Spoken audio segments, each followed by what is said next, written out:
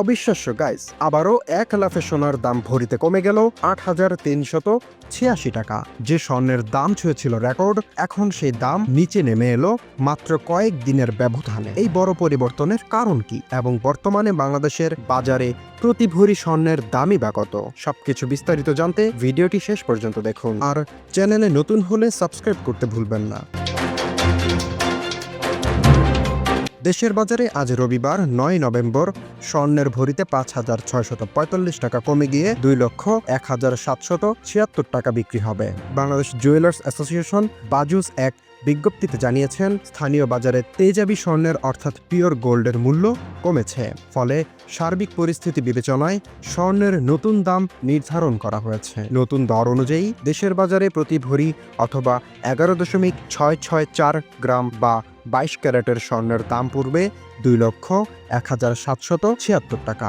এছাড়া ২১ ক্যারেট প্রতি ভরি ১,৯২,৫৯৬ টাকা এবং ১৮ ক্যারেটের প্রতি ভরি ১,৬৫,০৮১ টাকা বিক্রি হবে। অন্যদিকে সনাতন পদ্ধতিতে প্রতি ভরি স্বর্ণের দাম ১,৩৭,১৮০ টাকা নির্ধারণ করা হয়েছে।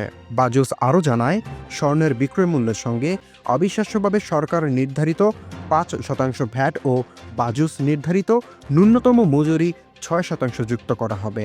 তবে গহনার ডিজাইন ও মানভেদে মজুরির তারতম্য হতে পারে। সবশেষে গত ৬ নভেম্বর দেশের বাজারে স্বর্ণের দাম সমন্বয় করেছিল বাজুস। সেদিন ভরিতে ২,৬১৩ টাকা কমিয়ে ২২ ক্যারেটের এক ভরি স্বর্ণের দাম ২,৯৬ টাকা নির্ধারণ করেছিল সংগঠনটি।